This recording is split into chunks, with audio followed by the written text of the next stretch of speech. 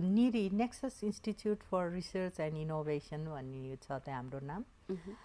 यो संस्थामा एउटा मूलत मलाई तानेको कुरा चाहिँ पारदर्शिता, ट्रान्सपेरेन्सी, एकदमै पारदर्शिता छ।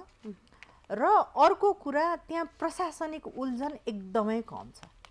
हामी जहिले पनि अब विभिन्न ठाउँबाट एसोसिएट भएर अनुसन्धान गर्दा कहिलेकाहीँ प्रशासनिक उल्झनहरू अनि कहिलेकाहीँ पारदर्शिता नदेखिने के।